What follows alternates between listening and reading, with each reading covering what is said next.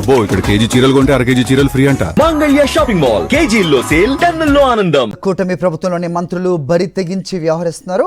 NRI మహిళలను లైంగిక వేధింపులకు గురిచేసినట్టుగా ఆరోపణలు వెలువెత్తుతున్నాయి. మంత్రిపై తీవ్ర ఆరోపణలు వచ్చినా మంత్రి నారా లోకేష్ నోరు మెదపట్లేదు. మంత్రిని కాపాడుకునేందుకు లోకేష్ విశ్వ ప్రయత్నాలు చేస్తున్నట్టుగా సమాచారం. మహిళలకు అండగా ఉంటామని చెప్పే చంద్రబాబు ఇప్పుడు ఏం చేస్తారని సోషల్ మీడియాలో నెటిజన్లు ప్రశ్నలు సంధిస్తున్నారు. సోషల్ మీడియా వేదికగా లోకేష్ చంద్రబాబును నిలదీస్తున్నారు. ఓ మంత్రి తనను కాఫీ షాప్కి రమ్మని వేధించారంటూ ఎన్ఆర్ఐ శైలా తాళ్ళూరి సంచలన ఆరోపణలు చేశారు.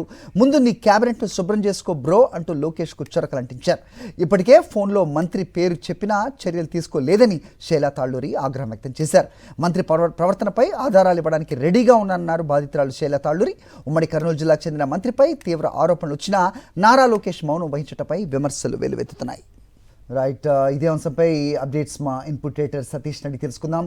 సతీష్ చెప్పండి. సో ఎమ్మెల్యేల కీచక పర్వాలు చూస్తున్నాం, చిన్న చితక నాయకులుగా అయితే ఇంకా లోటే లేదు అమ్మాయిల్ని వేధించడంలో. ప్రస్తుతం మంత్రుల వంతు కూడా వచ్చిందా? ఏం జరుగుతోంది?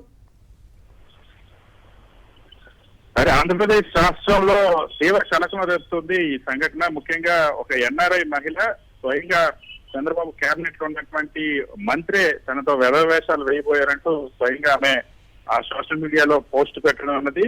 ముఖ్యంగా గతంలో డల్లాస్ లో నాటా సమావేశాల సందర్భంగా ఈ సంఘటన జరిగిందని, ఈ విషయం పైన మంత్రి నారా లోకేష్ ఎందుకు చర్యలు తీసుకోవటం లేదు, దీనిపైన స్పందించాలి, ఆ మంత్రికి సంబంధించిన పూర్తి వివరాలు నా దగ్గర ఉన్నాయి, నేను నా స్వచ్ఛంద సంస్థ ద్వారా సేవ చేసేటువంటి వ్యక్తిని, నాలాంటి వాళ్ళు టీమ్ తో కలుస్తామని అపాయింట్మెంట్ అడిగితే ఆ మంత్రి కాఫీ షాప్ కి సింగిల్ గా వ్యక్తిగతంగా రమ్మని చెప్పి కోరారు. నేను ఆ రోజు మా పెదనాన్న చనిపోయారని చెప్పి తప్పించుకున్నాను. ఇటువంటి మంత్రుల్ని ఎందుకు కొనసాగిస్తా ఉన్నారు, ఎందుకు చర్యలు తీసుకోవడం లేదంటూ ఆమె ఇప్పుడు ప్రశ్నిస్తోంది. స్వయంగా మంత్రి నారా లోకేష్ ని మీ కేబినెట్ ఎప్పుడు క్లీనప్ చేస్తారంటూ ప్రశ్నించారు. దీనికి సంబంధించినటువంటి వివరాలు, ఆ మంత్రికి సంబంధించినటువంటి ఫోన్ నెంబర్ తో పాటు ఆ మంత్రికి సంబంధించిన ఫోటోలు, అదేవిధంగా ఆ మంత్రి తనకు పంపినటువంటి ఫోటోలు, స్క్రీన్ షాట్స్, చాటింగ్ మొత్తం కూడా నా దగ్గర ఉన్నాయి.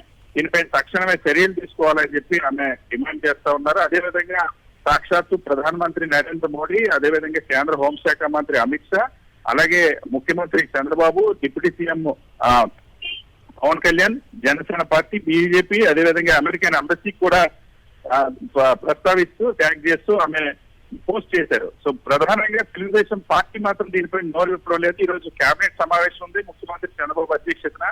ఆ కేబినెట్ లోనైనా సరే ఈ మంత్రి పైన చర్యలు తీసుకుంటారా లేదా అన్న అంశం చూడాలి. 2 రోజుల నుండి ఆ మహిళ వరుసగా పోస్టులు పెడతా ఉన్నారు. మంత్రి వేసినటువంటి వేషాలు, అదేవిధంగా ఆ ఫోన్ కి కాళ్ళు చేతుల ఫోటోలు పంపినట్టుగా ఆమె తన పోస్టుల్లో ప్రస్తావించారు.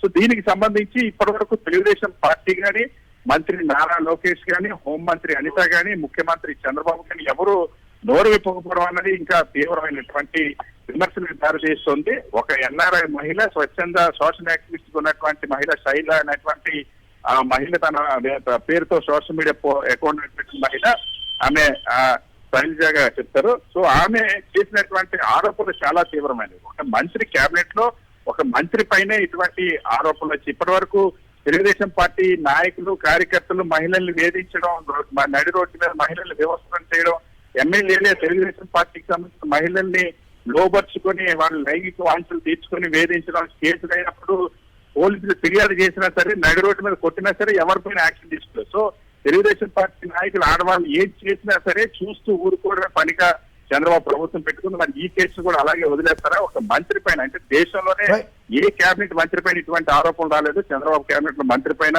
ఒక మహిళ ఎలాంటి ఆరోపణలు చేసినా దీనిపైన స్పందిస్తుందా లేదని చూడాలి. ఇవాళ కేబినెట్ సమావేశంలో దీనిపైన ఆ మంత్రి పైన యాక్షన్ తీసుకుంటారా లేదనేది చూడాలి. Okay Satish, thanks for the inputs.